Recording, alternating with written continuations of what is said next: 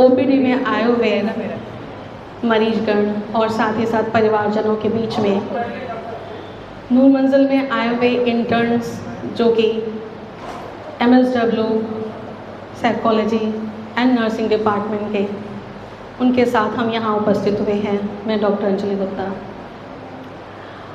और मैं आपके सामने योग क्यों इम्पॉर्टेंट है, जैसे कि थीम इस बार का है इंटरनेशनल योगा दिवस and theme of for the self and the society, यानी स्वयं के लिए कितना योग की महत्ता है। कहते हैं योग बॉडी एंड माइंड दोनों से अपने आप को कनेक्ट करता है। हमारे शरीर के स्वास्थ्य के लिए भी योग की आवश्यकता है और मन के स्वास्थ्य के लिए भी योग की आवश्यकता है।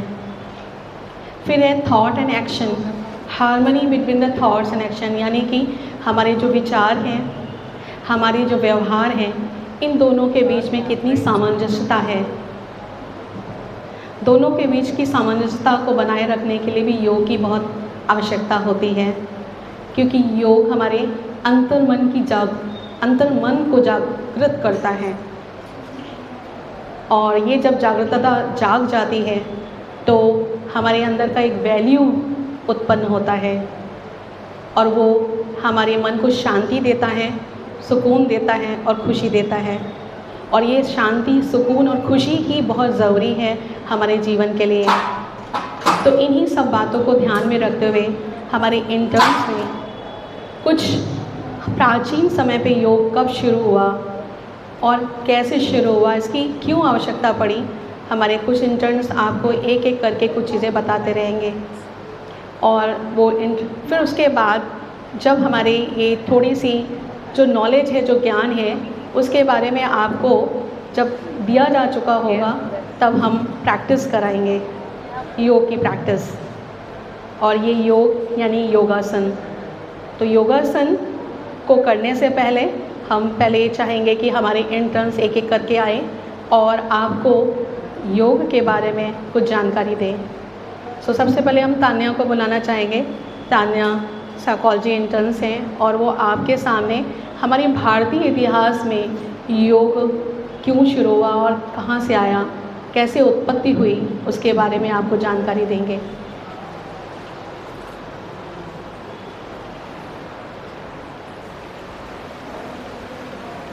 गुड मॉर्निंग सभी को। मैं तान्या चतुर्वेदी आपके सामने योग के महत्वपूर्ण पहलू पर एक छोटा सा भाषण रखने आई। आवाज़ आ रही है? योग हमारे जीवन में महत्वपूर्ण भूमिका निभाता है। वेदों, उपनिषदों और महाभारत में योग के प्रमुख उल्लेख हैं, जहाँ ऋषियों ने इसे ध्यान और आत्मज्ञान के माध्यम से मानव जीवन में अस्तित्व को समझाया। योग का उद्देश्य शारीरिक और मानसिक स्वास्थ्य को सुधारना है। इसके अलावा योग व्यक्ति को भावनात्मक संतुलन को भी सुधारता है और उसे आंतरिक शांति प्रदान करता है। उन्होंने योग को एक व्यापक और प्रभावशाली विचारधारा के रूप में प्रस्तुत किया, जो शारीरिक, मानसिक और आध्यात्मिक उन्नति के लिए एक संपूर्ण अभ्यास के रूप में माना जाता है। योग हमें अपने असली स्वभाव को खोजने और एक सांझी धार्मिक सांस्कृतिक की ओर बढ़ने की प्रेरणा देता है। इसे हमें सम्मान देना चाहिए और इसके लंबित धरोहर मानना चाहिए। यह मानवता की अनमोल धरोहर है जिसे हम सभी आगामी पीढ़ियों को प्रेरित कर सकते हैं। ठीक है, जो रिकॉर्डिंग कर रहे हो। अब मैं गाने को गाना कुछ ऐड करना है, जैसे ये इंग्लिश वाला था तो इसमें मैम आपने ऐड करने को क्या बोला है कि कौन ऑर्गेनाइज कर रहा है? अच्छा, हाँ, किसके अंडर पे ऑर्गेनाइज हो रहा है, तो नाम लिया डॉक्टर अंजलि गुप्ता के अंडर पे ऑर्गेनाइज हो रहा है। नॉर्मल से इतनी जगह के इंटर्न्स हैं। रीड कर लीजिए, अगर आपको कुछ लगे तो हम उसको चेंज NUR है, NUR। हाँ हाँ मैम, वो अभी चेंज कर लीजिए।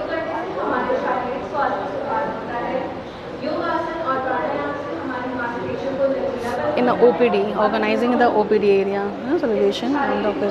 Yoga Day, and where the indoor patients, the outdoor patients and their family members on the OPD, and they are collected together. 10th anniversary, 10th anniversary, June। योग आध्यात्मिक उन्नति का भी माध्यम है। योग के माध्यम से हम अपनी आत्मा को पहचानते हैं और अंतरात्मा के साथ। तो सबसे पहले शुरुआत करेंगे कि 10th international yoga anniversary was celebrated under the supervision of doctor Anjali Gupta. यहाँ पे ऐड सबसे करते पहले, हैं। हाँ सबसे पहले ये शुरू किया जाता है। फिर वहाँ पे celebration at Noorbansa secondary under the supervision of doctor Anjali Gupta clinical psychologist with the support of doctor Shabi Datta S Datta and ma'am एक सेकंड लिख लें, हम भूल जाएंगे। मैं वर्बल कर देती हूँ, मैसेज कर देती हूँ वर्बल। कि आप सबको समझने के लिए हम ये बात कर सकते हैं कि एक प्राचीन यौगिक पद्धति है जिसके ऐसे बोला जाता है। लिम्स को समझने का तरीका है। आवाज़ ऐसे बोली जाती है। साधना और मानसिक शुद्धि को समर्पित करते हैं। इसके 8 अंग हैं। This 10th anniversary of International Yoga Day celebrated in the OPD OPD reception area with the support of Dr. Anjali Gupta, senior clinical psychologist, and Dr. Shabi Datta, with the support of other interns of master social worker, MSW, psychology and nursing. So as a holistically, the department was gathered together, and the patients from OPD, their guardians and from the intern also gathered, and they were the part of this yoga celebration. And they also did the practice along with the interns, those who were demonstrating and having a session. धारणा एक विशिष्ट विषय पर मन की एकाग्रता या ये शक्ति को धारण करने का अभ्यास है। ध्यान एक विशिष्ट विषय पर एकाग्रता के साथ मन को लगातार ध्यान में स्थित करने का अभ्यास है। समाधि अंतरात्मा की स्थिति में एक साथ में आ जाएगा, एक फ़ोटो क्लिक करवा लीजिए, फिर आप चले जाइएगा, ताकि ये हो जाए ना कि आप भी ये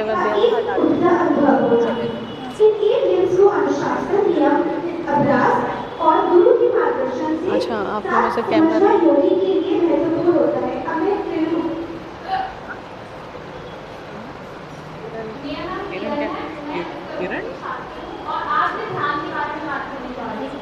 जितने लोग बोले हैं वो सब इधर ही आ जाएं, डॉक्टर दत्ता के साथ एक फ़ोटो खिंचा लेंगे, तो फिर उसके बाद प्रैक्टिस शुरू करेंगे।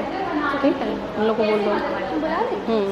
आपके ध्यान हमारी आत्मा को शांत करता है और हमारी सांसों को केंद्र करता है। ध्यान के कई फायदे हैं। पहला, ध्यान हमारे दिमाग के लिए फायदेमंद है, ये चिंता और तनाव को कम करता है। दूसरा, ध्यान हमारे शरीर के लिए अच्छा है, ये हमारे रक्तचाप को कम करता है, हमें बेहतर नींद देता है और हमारी प्रतिरोधक क्षमता को बढ़ाता है।